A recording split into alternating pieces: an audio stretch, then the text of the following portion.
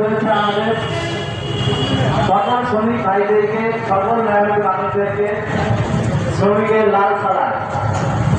ছোটবেলা থেকে একটা বিষয় দেখে আসতেছিলাম, বাংলাদেশের গরিব মেহনতি মানুষের উপকার করে যাচ্ছে, কিন্তু আমরা 5 তারিখের পরে দেখলাম যে আমাদের সেই ধারণা আস্তে আস্তে ভুলে প্রমাণিত হচ্ছে। কারণ ব্রিটিশ সরকার পালিয়ে যাওয়ার পরে আমরা 9টি মাস অতিবাহিত করলাম, কিন্তু আমাদের শ্রমিকের পক্ষে ডক্টর ইউনূস সাহেবের তেমন কোনো শক্ত পদক্ষেপ দেখলাম না। এই 5 তারিখের পরে আমরা কি কখনো ভেবেছি আমাদের বেতনের জন্য, মজুরির জন্য আমাদের রাস্তায় দাঁড়াতে হবে? আমরা শ্রমিকরা যে পরিমাণ আশাত হয়েছিলাম, ডক্টর ইউনূস আসার পরে আমাদের সেই আশার মধ্যে পানি ঢেলে দিয়েছেন।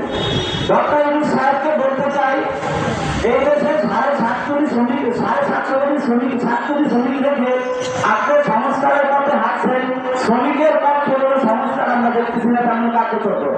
তাই শ্রমিকের পক্ষে দাঁড়ানোর জন্য উদাত্ত আহ্বান জানাবো। শ্রমিক বাঁচলে